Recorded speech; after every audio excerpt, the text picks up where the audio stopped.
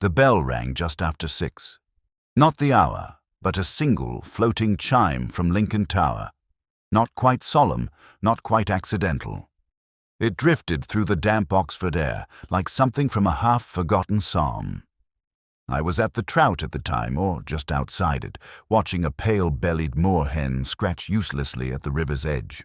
There was a crossword folded twice in my coat pocket, unfinished. The clue that troubled me, 7 letters, quiet retribution in Latin form, seemed even then to mean more than it said. I couldn't name it then, but I knew it.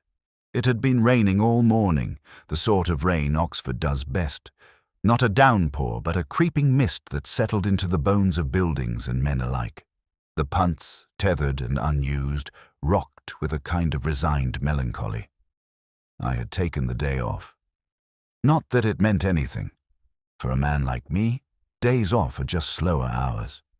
I had no intention of returning to Oxford proper until the call came, though I admit I was already halfway back in my mind. You can never quite leave it. Not the city, not the feeling that something clever and cruel has just occurred in one of its more ancient rooms. The call came from Strange, as these things always did. He cleared his throat twice and said, rather more gently than usual, that I might want to come to Lincoln College. A fellow had died, Dr. Julian Searle, literature. Quiet man. No signs of foul play, but the master had requested someone senior, which meant me. It was the porter who let me in. An older man, grey-lashed and slow with his keys. He wore a faded blue tie and smelled faintly of boiled potatoes and old dust. He led me across the quad with a reverence I couldn't match. The college was empty of sound, except for the scrape of pigeons along the guttering. I was told Searle's rooms had been found unlocked by the scout that morning. The body was gone, of course, taken away quietly, as all such bodies are, leaving behind the shell of a life still suspended mid-sentence. The sitting room was orderly, not obsessively so, but with the kind of modest symmetry one finds in men who distrust chaos. The fireplace was unlit. A small framed sketch of Shelley stared down from above the mantel. On a side table, a half-full bottle of Chateau Margaux, 1953, sat uncorked beside a single glass. No second setting, no food. I touched the base of the glass with one finger. Cool, not cold. There was a faint scent in the room, something floral and unpleasantly sharp, as though a vase of lilies had been removed only moments before. I made a note of it. I make notes of smells more than people know. Smells lie less. The books were what one would expect: Coleridge, Milton, and an entire row of decaying levees. But a gap stood out. Second shelf from the top, just beside a badly leaning copy of The Golden Bough. A missing volume, not simply misaligned. Removed. The dust on the shelf bore the rectangular outline like a phantom limb. Lewis arrived 20 minutes later, wet-shouldered and apologetic. I didn't answer his apologies. Instead, I asked him to examine the drawer of the escritoire, second from the left. He opened it. Inside, 4 fountain pens, 3 blue ink cartridges, and a folded page torn from the Times. The crossword had been attempted in a jagged, uncertain hand. 4 clues solved. One of them is mine. There was something else. A letter, unposted, addressed in looping ink to the Master of Lincoln, private and confidential. I held it for some time before placing it in my coat. There are rules about such things, but fewer than one imagines. Lewis asked if I'd known Searle. I said no, but I had attended one of his lectures in 1973, a dissection of Keats and moral cowardice. He'd read the final stanza of Hyperion with more venom than affection. I remember thinking then that he had loved something once, very deeply, and it had not survived him. As we left, I paused by the coat stand. A long black umbrella leaned beside it, dry despite the rain. I ran a hand along the fabric. A receipt fluttered loose. Linen repair 3 days ago. Not Searle's handwriting, a woman's. No name. Outside, the bell sounded again, this time twice. I looked back at the quad. The shadows had lengthened, but the windows above remained dark. I could not shake the feeling that the first clue had already been given. Quietly, without ceremony. A name not spoken. A book is not present. A glass was poured for one. And somewhere, just out of sight, a mind like mine. One who noticed the wrong umbrella. The senior common room at Lincoln has never much cared for visitors. It receives them politely, of course. Tea trays, softened voices, a mild inclination of the head when introductions are made. But the walls, I've always thought, possess a certain memory. They remember who belongs and who does not. It was Lewis who held the door for me, his boots trailing half-dried rain onto the matting. He'd shaved too quickly that morning and nicked the left side of his jaw. A thin scratch, fading already, but I noticed. I always noticed small wounds, especially the ones no one thinks to dress. The room was warmer than I expected, and it smelled faintly of oranges and toast. An old wireless in the corner played something string-heavy, indecisive in tempo. Dvořák, I think. I took a chair nearest the fireplace, which hadn't been lit, though ashes grayed the grate like the remnants of an argument no one would resume. There were 3 dons waiting. None of them stood when I entered. Oxford doesn't rise for policemen, not unless the Chancellor's watching. Dr. Antonia Bligh was the first to speak. She wore her intellect like armor, and her bitterness like scent. The death had been shocking, of course, but not entirely unexpected. Julian had been distracted of late. She said this as if distractedness were a moral failing, not a condition of the soul. She adjusted the chain of her glasses and looked away, as though the act of remembering pained her personally. Beside her, Reverend Willoughby was murmuring into a teacup, his fingers trembling at the handle. A soft man. Too soft, I suspected, for this room. Julian, he said, had been very quiet these past weeks. A private grief, perhaps. He'd lost someone. I didn't ask who. Not yet. The third man, a history fellow named Mortimer Keene, offered nothing but a raised eyebrow and a single line. Julian kept odd hours and preferred the company of dead poets to living colleagues. I couldn't tell if he meant it with fondness or contempt. Possibly neither. Possibly both. I let the silence hang. It was Antonia Bligh who broke it with a name. Edward Keats. A student. Expelled 5 years ago under circumstances best left in footnotes. Clever. Too clever. Searle had taken him on for a term, then turned against him. There had been whispers. Something about a falsified thesis. A moral breach, possibly personal. She did not elaborate. I asked what became of the boy. She said, he vanished. Rather theatrically, as I recall. The word theatrically stuck in the air for longer than it should have. I scribbled it in the corner of my notebook and underlined it once. The wine bottle came up next. Chateau Margaux, 1953. No one admitted to gifting it. Keene smirked when I asked, and Tonia said she hadn't drunk red in years. Willoughby looked genuinely surprised that it had been opened at all. Julian, he said, preferred sherry. Another silence. This one is longer. I let my eyes roam the room. Above the mantelpiece, a watercolor of the college gardens in winter. Done, I suspected, by a spouse or a student. Not good enough to be displayed on merit, not poor enough to be removed. Beside it, a cork notice board with pinned invitations, a cello recital, a high-table menu, and a paper scrap bearing a scrawled quotation. I stood and read it slowly. The saddest words of tongue or pen are these. It might have been.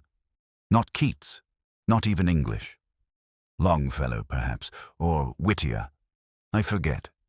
But it had been written recently. The ink hadn't browned yet. When I asked who'd pinned it, none of them could recall. Lewis, meanwhile, had taken an interest in a library ledger that sat open on the coffee table. I glanced over. Searle had last signed out Lives of the Later Poets, a volume from the restricted collection. Removed 4 days ago, no record of its return. I asked if that was unusual. Reverend Willoughby said gently, Julian liked to reread things, especially endings. I rose to leave. As I reached the door, Antonia Bligh turned as though something had stirred just behind her face. She said, Julian never forgot anything, not the good, and certainly not the injuries. Outside, the quad had pooled with pale water. A magpie hopped across the stone path, eyeing me with a kind of officious interest. I had the sense, not for the last time, that Searle's death had been long in its planning. Not by some villain in shadow, but by the man himself. And somewhere, behind the platitudes and port, someone had found the space to let it happen. Grief in Oxford is never loud. It walks softly, in gown and scarf, and does not draw the curtain aside unless absolutely necessary. Even the ivy here knows better than to grow too fast. I returned to Lincoln the next morning, though it felt more like slipping back than arriving, the way memory does when one revisits a dream too often. The quad was quiet, the flag at half-mast, the porter nodding with the same funereal dignity as before. I've always suspected college porters understand mortality better than priests. They see too much of the trivial that survives. I walked past the chapel. Its door stood ajar, not from neglect but design, the scent of extinguished candles still fresh enough to catch at the nose. I glanced inside. One chair had been pulled slightly out of line from the rest. It had not yet been righted. It was said that Searle never missed morning prayers, though no one quite remembered the last time he'd been to one. They had laid out a condolence book in the small foyer near the lodge, bound in green leather, gold-edged, a pen tethered like a reluctant dog. I read a few lines. A brilliant mind lost too soon. A friend to many, though distant. His lectures made me weep, for the right reasons. Someone had written simply, Forgiveness is a long echo. No name, no date, just ink that bled slightly at the edge, as if the words had hesitated before landing. I took a seat in the college library that afternoon, on the pretext of reviewing Searle's reading history. A polite young assistant, whose name I never asked, brought me a tray with tea and 2 dry biscuits.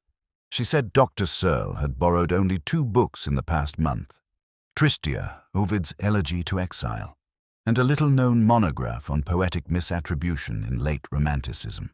The former was overdue. The latter had not yet been returned. I asked who else had checked it out before him. She smiled gently. No one. It had been untouched for nearly 6 years. A rain began just before 3, a slender silver line slanting across the window panes. Through it, the stone of the opposite building turned the color of an old bruised apple. I turned the monograph over in my hands. Inside the back cover, beneath the usual stampings, someone had penciled a name and crossed it out. The pencil was soft, the line hesitant. The name had been Edward K. The rest is illegible. My fingers traced the edge of the smudge, as unconsciously as one might touch a scar beneath a shirt cuff. Lewis arrived an hour later, carrying 2 coffees, and the kind of expression he wore when there was too much he didn't know how to say. He sat. I didn't look at him. He said there was something odd about Searle's academic record. A paper. The recovered line, Authenticity in Posthumous Romantic Texts, published under Searle's name. 10 years ago, had originally listed a co-author, a doctoral student named Bligh. No relation to Antonia, apparently. Or perhaps only a distant one. The college file had been amended a year later. The student vanished from the citation. The student herself also vanished. Lewis said the trial ended in 1997. She had left Oxford. No further record. Just a line in an archive log. Degree not conferred. I asked how many people knew about it. Lewis said, just us, now. Before leaving the library, I wandered the narrow corridor that led to the archives. Dust in the air, the kind that moves when you do. On the wall, a black and white photograph of the college staff in 1982. Young faces, older jackets. Searle, third row, unsmiling. Next to him, a woman with dark hair, cropped short, and a posture that defied casual. She stood as though she were bracing herself against the future. There was no label beneath her, no hint of her name in the penciled legend at the bottom of the frame, but something in the angle of her chin, the refusal to lean even slightly towards Searle, told me more than a caption could. She had not come to belong. She had come to endure. I studied her expression, not searching for beauty, which was there, brittle and unbending, but for some glimmer of what had passed between them, and whether it had ended by silence or necessity. The photograph, yellowed and slightly bowed, had begun to separate from its matting at one corner, as though time itself had tried to forget her. Yet there she was, refusing to vanish. Outside, the bells had begun again, not Lincoln's this time, but Exeter's, a softer tone, almost apologetic. I stepped out into the cloistered air and felt the hush of academic morning settle once more around me. The case, I realized, would not be solved by motive alone. It would require listening to what people chose not to say, and reading the ghosts in the margins. Some places in Oxford do not declare their significance. They linger behind things, courtyards behind iron gates, staircases with no names, a garden reached only if you know which passage to take beside the old library's west wing. It was there I found myself late one morning, walking not with intent, but with that kind of unmarked purpose that sometimes leads to answers when logic has stalled. The garden was modest, a sloped lawn bordered by low hedges, a beech tree leaning a little more each year toward the chapel roof. A bench faced a narrow path of bricks, half swallowed by moss. I'd been told Searle often sat there, not to read, not to write, but simply to sit, alone, as if waiting for something to forgive him, or not. A gardener was kneeling by the base of the tree, hands in the soil, the sort of man who looked like he'd been digging longer than most of us had been thinking. He didn't startle when I approached. Said he remembered Searle. Said the old man liked to sit in the evenings after evensong, back straight, eyes on the library windows, though they were always dark by then. Never spoke, but once, he dropped something as he left. A letter, maybe. The gardener had found it under the bench, damp at the edges. He'd meant to return it, but by then the news had come. So he'd tucked it into a plastic folder and forgotten it. He led me to a shed that smelled of iron and mildew. From a drawer lined with old screws and seed packets, he produced a battered document wallet. Inside, protected by the crinkled sheen of old acetate, was a sheet of folded paper.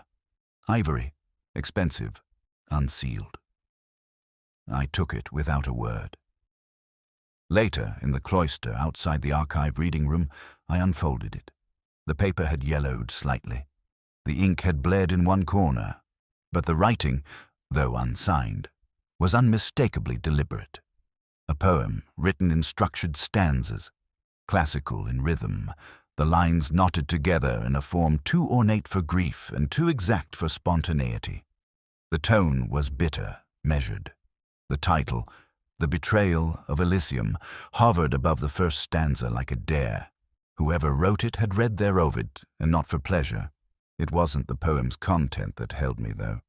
It was the way each stanza began, with a capital carefully positioned just a fraction too far from the left margin. An odd spacing, regular, but just barely off enough to seem deliberate. I traced the vertical column with my finger. The letters, one from each stanza, spelt AK returned. I felt the cold edge of deduction, not satisfaction, but that familiar chill when something long buried surfaces. Edward Keats, expelled, discredited, but not gone. I passed the poem to Lewis that afternoon. He read it in silence, then shrugged, said it was overwritten, too theatrical. I agreed. But sometimes, Performance is the only remaining language for the silenced. I asked him to check the university visitor logs, archives, libraries, porters' books, anything in the last week showing a man arriving under the name Kingsley, or perhaps with no name at all. Lewis nodded, said he'd already started. That night I returned to my flat and pulled down my copy of Tristaya, Searle's last checked-out title. I reread the first elegy. I, who once played with words, now ask only silence. There was a note in the margin of my edition, written in my own younger hand. Loss is the first fluency, and beneath it, in a different ink, something I hadn't written, or had forgotten I did. But betrayal writes longer. The Bodleian has a particular hush, not just the enforced one, but the kind that seeps into the bones of the place. It smells faintly of old leather and older silence. The sort of building that would rather you didn't ask anything out loud, thank you. I'd gone there with a name in my notebook, Edward Keats, and a feeling I hadn't yet managed to name, a feeling that something vital had slipped between pages not yet turned. The archivist was younger than I expected. Not a girl, quite, though there was something unfinished in the way she held herself, as though waiting for permission to grow into the room. She wore a cardigan the color of rain and had a pen tucked into the twist of her hair. Her name badge read S. Collingwood. I didn't ask what the S stood for. I had my own guesses. I told her I was looking into a recent reader request. Someone trying to view unpublished drafts from the Julian Searle collection. She blinked at that and said softly that those boxes were rarely touched. But yes, there had been an inquiry. A man, late 30s, nervous but polite. She remembered the way he kept adjusting his sleeves. She used the word displaced, which struck me as more accurate than she meant. He hadn't left a name, or rather, he'd given one. E. Kingsley, not a regular reader, not on the bod card registry. She'd turned him away. The request hadn't been authorized. He'd nodded, she said, and left without protest. But not before standing for several minutes by the window at the end of the corridor, looking out at the Radcliffe camera. She thought he might have been crying, or perhaps it was just the light. I stood at the same window after she left, letting my fingers rest on the sill. A smear of something faint. Maybe condensation, maybe the oil from an anxious hand. Outside, the square was washed with the pale amber of a late Oxford afternoon. Students moved in pairs. A woman in red passed a man, reading alone on the steps, and neither looked at the other. It was all very quiet and very sad, in a way that didn't ask to be noticed. When I turned back, I noticed the wrong thing first. A manuscript box, labeled Shelley, restricted, had been misfiled. It sat among the Searle papers, too modern for its neighbors, and marked with the kind of correction I dislike, black marker over an original label, too neat to be accidental. I asked Miss Collingwood whether the contents matched the box. She frowned, said she hadn't checked. I asked if we might. Inside, facsimiles, neatly typed, duplicated from microfilm. Nothing original. The real contents, if they had ever been there, were gone. I tapped the inside of the lid. A scrap of paper fell loose. A handwritten line, unpunctuated, slightly slanted, that read, "Betrayal has a scent, and it is always remembered." I did not recognize the handwriting, but I recognized the tone. It wasn't anger, it was something older.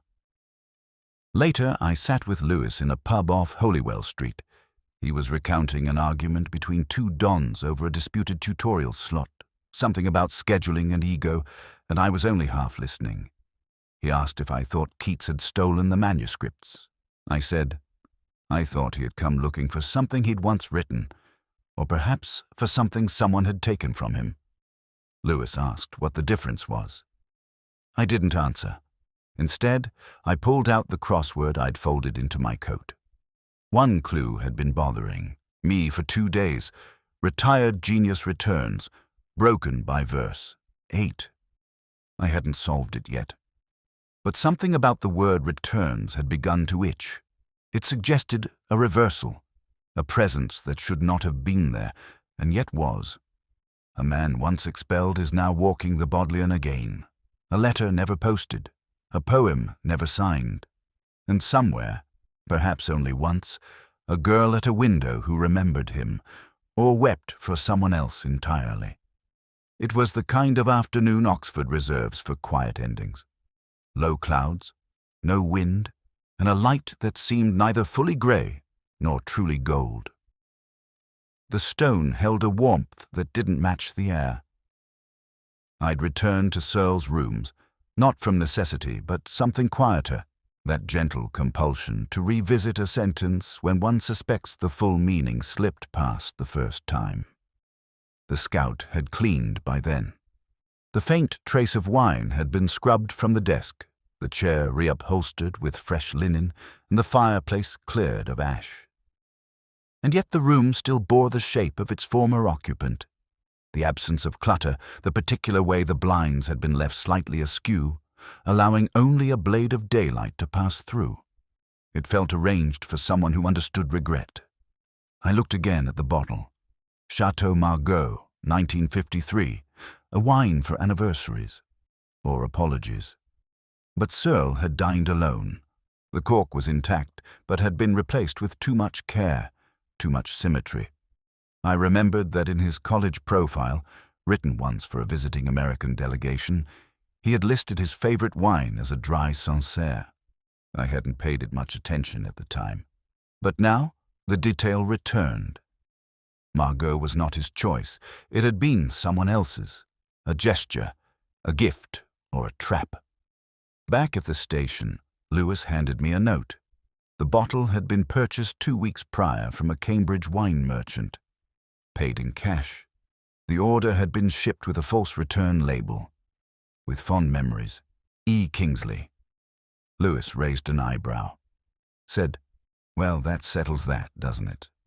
I didn't agree. If Keats had wanted revenge, he wouldn't have been so literary about it. We pulled his file again.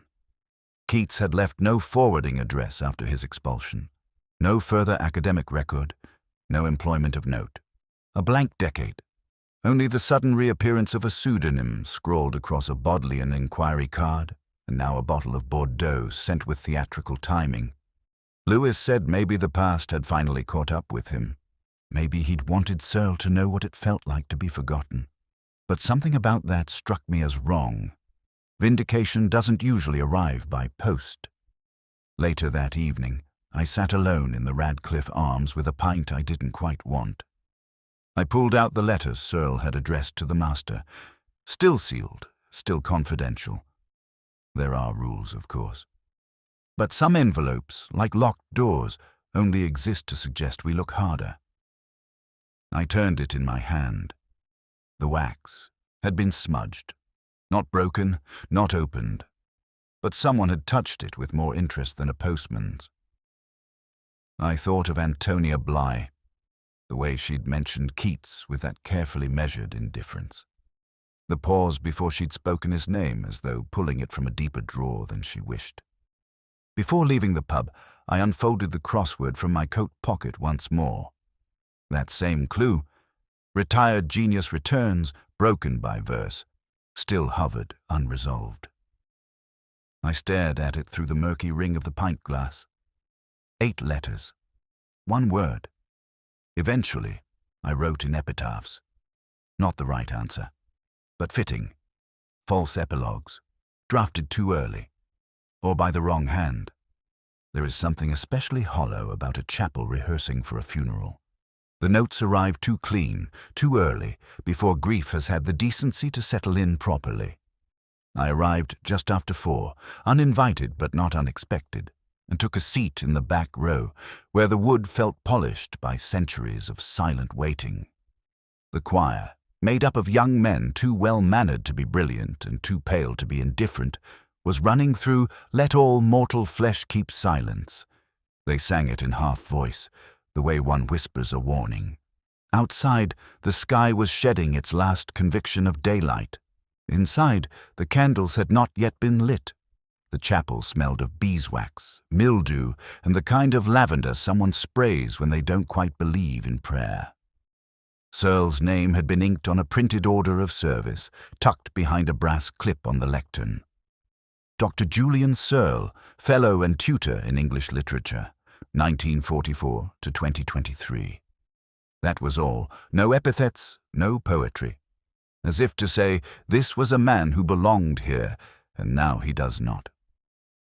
Antonia Bligh was already seated in the front row, alone. The rest of the staff had apparently elected to leave their mourning until the formal hour. She sat with her hands folded on her lap, as still as the dead themselves, her back unyielding and her gaze fixed straight ahead. I watched her for a long time before approaching. The floor creaked once beneath my step, and her head turned just enough to acknowledge that she had known I was there all along. She said Searle had chosen the music himself, weeks ago, before there was any notion of his health failing. I asked if that meant anything. She said, in the end, everything means something, but never quite what we hope. I let the sentence hang in the air, the way certain paintings are hung on staircases, so you can pass them again without looking. She added that Searle had recently asked the college archivist to review several donations he intended to make to the library.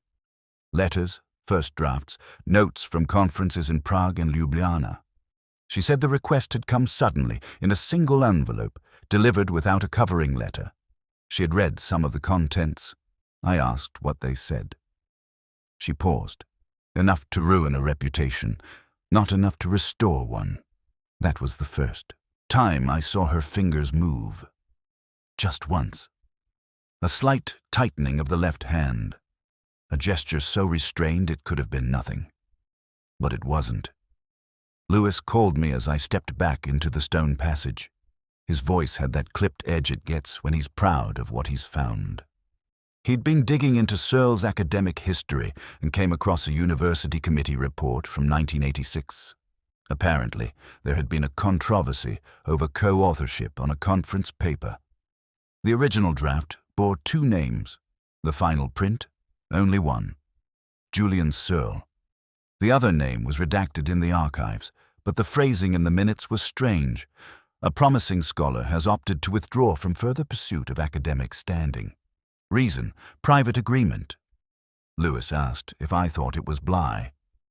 I didn't answer, not out of doubt, but because the word agreement carried too much weight in a place like Oxford, especially when written down. I returned to the chapel. The choir had stopped. The organist was rehearsing alone now, his fingers moving as if independently from time. I found a folded note on the 4th pew, tucked between a hymnal and a copy of Don's sermons. It was unsigned, a single sheet, unlined. The handwriting was unmistakably feminine, angled, decisive. It read, he never understood the difference between sorrow and shame, and now he never will.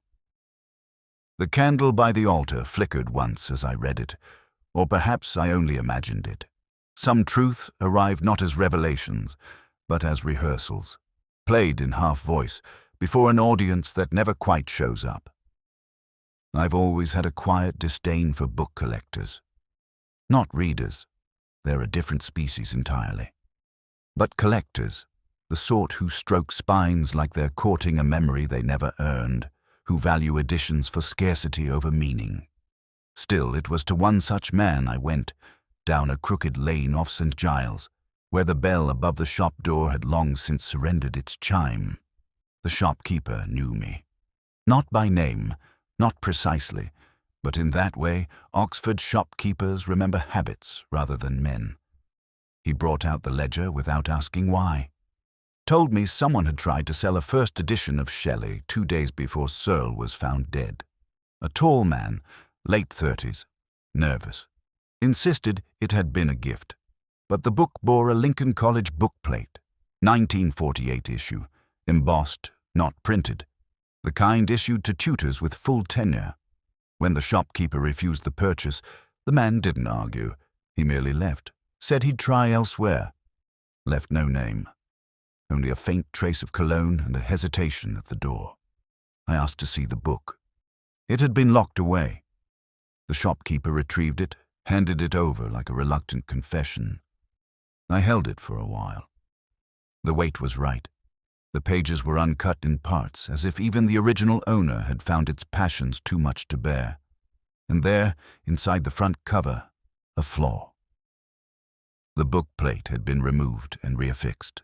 Not skillfully. A sliver of dried glue rimmed the edge. The wrong kind. Modern adhesive, yellowing.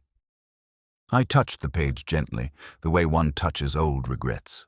A forgery of sorts. Or a reconstruction. Either way, an attempt at provenance. Not by a collector, but someone trying to return something that had never truly belonged to them. I passed the information to Lewis. He traced the CCTV from the shop's street to a nearby crossing. Grainy, as they always are, but the man's shape was familiar. I didn't need the footage. I had already seen him. Edward Keats, older now, worn about the eyes, but carrying the same quiet angularity he had in the photograph from Searle's office. We brought him in. He came without fuss. Sat across from me with a kind of practiced resignation. He said he hadn't meant to steal it, that Searle had given him the book, offered it, in fact, in apology. I asked if that made it less stolen. He said, "I didn't want the book. I wanted him to remember."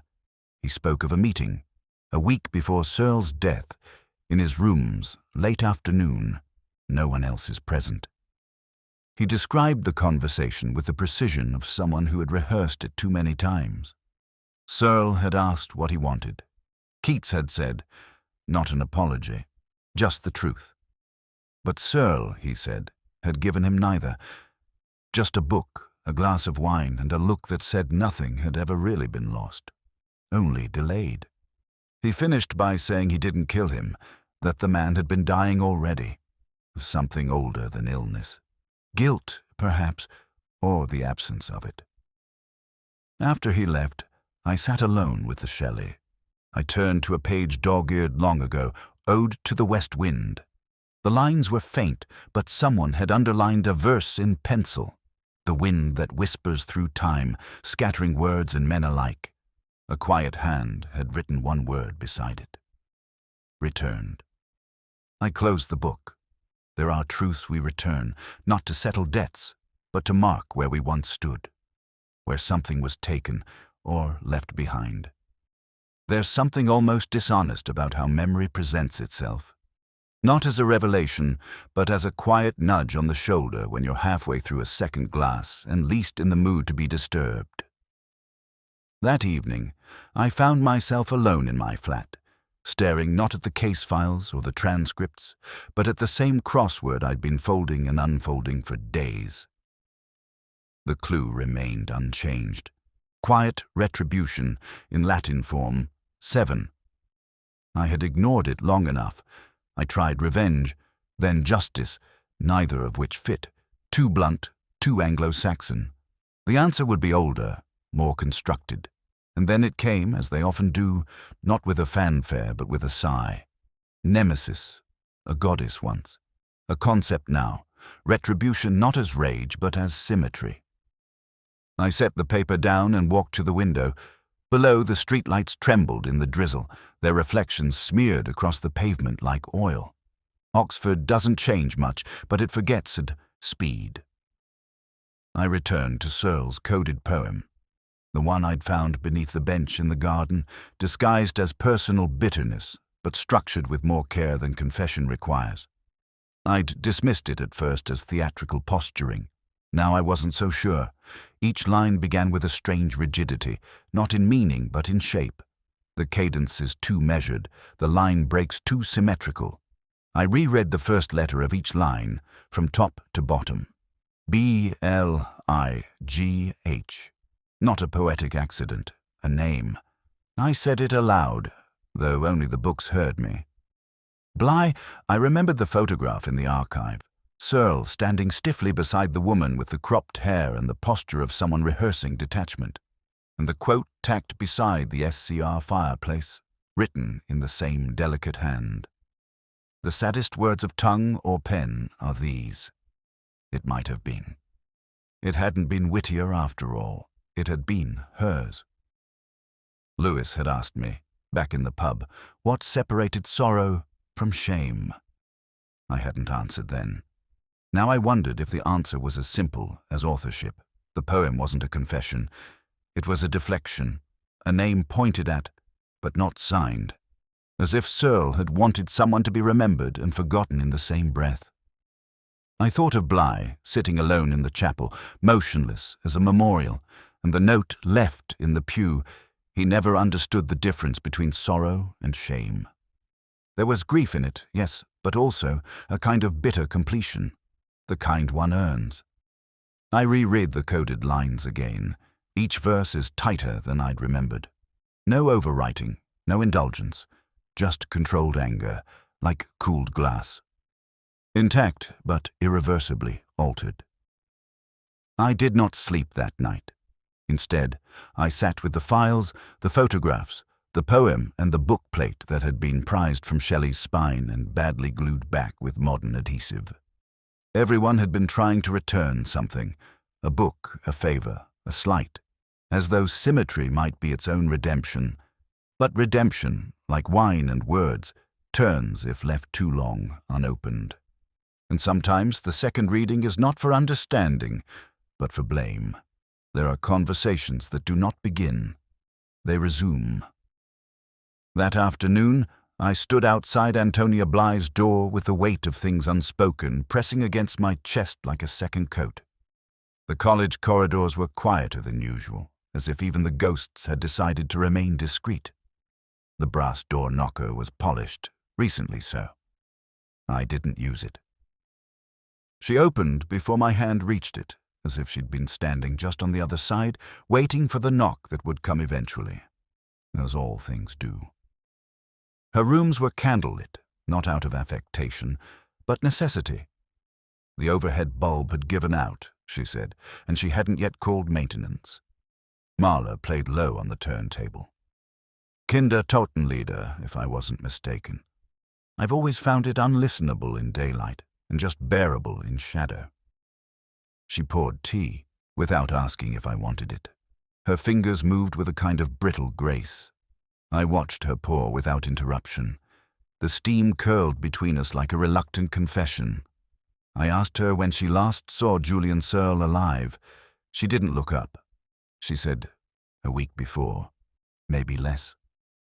He brought her a book, The Cloud of Unknowing, reprinted, annotated by hand. No inscription, just a small corner of the margin where he'd written, "Some knowledge only comes from silence." She hadn't known what to make of it. I told her I'd read the poem, the one left beneath the bench. She smiled, not kindly. Said she hadn't written it, but she'd understood it. Sometimes understanding is worse than authorship. I let the silence stay long enough for her to shift slightly in her seat. Not discomfort, anticipation. She said she hadn't killed him, that he was dying already, not by body, but by relevance. That he had sensed it in the way his students no longer quoted him, and in the way the younger dons left him out of drinks after high table. She said his vanity had always masked a deeper terror, that he would be forgotten precisely because he had remembered too much. I asked why she hadn't intervened when he collapsed, if she had indeed been there, which I suspected now she had. She looked at me then for the first time as though measuring whether I had earned something or merely wandered close enough to steal it. She said, because sometimes death does the tidy work we never quite find time for. The teacup in my hand had a tiny hairline crack just below the rim. I turned it slowly, the kind that doesn't leak but will one day. I took out the manuscript page we'd recovered from the restricted Bodleian box, held it in the candlelight. She didn't flinch. I said, "Your name was in the margin, once." Before he erased it. The ink had been lifted, but not entirely. A faint outline remained, like smoke after a match is blown out. She asked if I intended to arrest her. I said, for what? For not loving him again? for being too proud to save a man who once stole your name and gave it back only when it was useless? She said she'd written the chapel note, the one tucked beside Don, that line about sorrow and shame. She said it had come to her suddenly while listening to the choir rehearse, that she hadn't known it until that moment, that they weren't the same thing at all. The fire had nearly died by then. A faint clink from the radiator reminded us both that the world continued despite memory. I left without ceremony, no final word, no gesture. Outside, the quad was ink dark, the stone slick with recent rain. Somewhere, a bell chimed a time no one marked. There are truths that do not require solving, only sitting with. Some ink, no matter how faint, refuses to vanish. It was nearly dusk when I returned to the college gardens. The gates hadn't been locked yet. Someone had left them ajar with the absent-minded care reserved for familiar places. The grass was damp beneath my shoes, and the benches shone faintly from an earlier rain. I sat on the same bench where Searle's poem had been found. The wood was cold, the grain worn smooth by years of scholars waiting for something to pass. Exams, ambition, grief.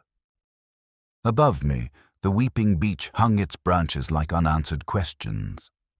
I had with me the fragments. The poem, the wine receipt, the unsigned letter, the altered bookplate, and a faint penciled inscription traced in the margin of a forgotten manuscript. No one had confessed.